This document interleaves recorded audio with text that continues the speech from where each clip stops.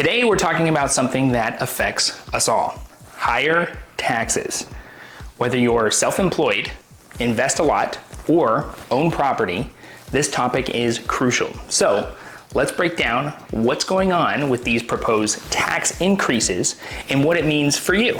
Recently, you might have seen headlines about a 45% capital gains tax rate, expiring middle-class tax cuts, and the highest tax rates in a century under the latest proposal. I've spent a long time diving into the 256 pages of the fine print, and there's a lot that's being left out or misunderstood. So if you want the truth about how this affects you, keep watching. First, let's talk about the proposed capital gains tax rate of 44.6%. Currently, capital gains are taxed in two categories: short-term and long-term.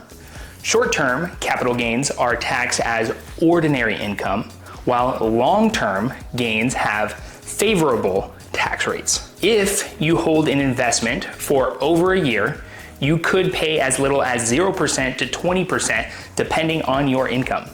But under the new proposal, those making over $1 million annually will see their long-term gains taxed as ordinary income rates, jumping into 39.6%, plus an additional 5% net investment tax, bringing in a total of 44.6%. To put all this into perspective, let's say your parents bought a house for $400,000 in 1995 and is now worth $3 million.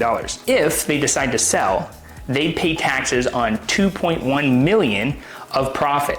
And with these new rates, more than half of that could be taxed. This means the state and federal government could actually take more from the sale than your parents would keep.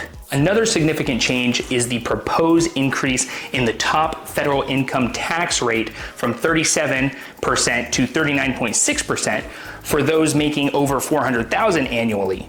The Tax Cuts and Jobs Act reduced these rates, but this new proposal aims to roll those cuts back while this targets high earners. Eliminating the Tax Cuts and Jobs Act would likely raise taxes for everybody. One of the most controversial proposals is the 25% wealth tax on unrealized gains for those with over 100 million in assets. This means you'd be taxed on investments you haven't sold yet, which could be unprecedented and possibly unconstitutional. Imagine being forced to sell shares to pay a tax on gains you haven't realized. There's also a proposed 4% tax on stocks buybacks. Companies buy back their stock to increase share prices, benefiting investors without immediate tax consequences.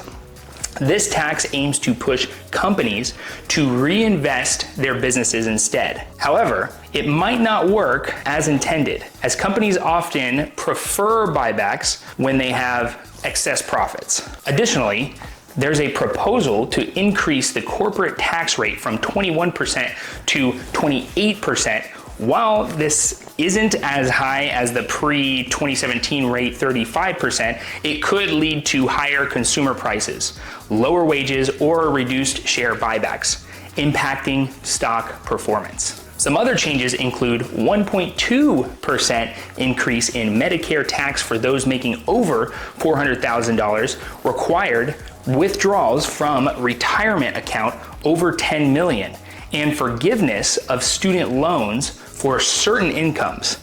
There are many nuances, changes, but these are the highlights. So again, what does this mean for you?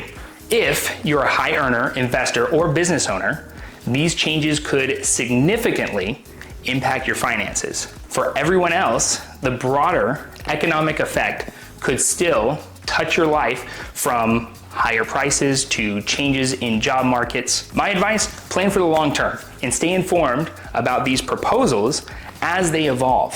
And if you're in the California Silicon Valley and need expert advice on navigating these changes, feel free to reach out directly through the links below. If you're looking to buy or sell any real estate in the Silicon Valley, please reach out to me, have a one-on-one chat in the links below. You can set up a Zoom call me, email me directly, and I will see you in the next video. Thanks so much for watching.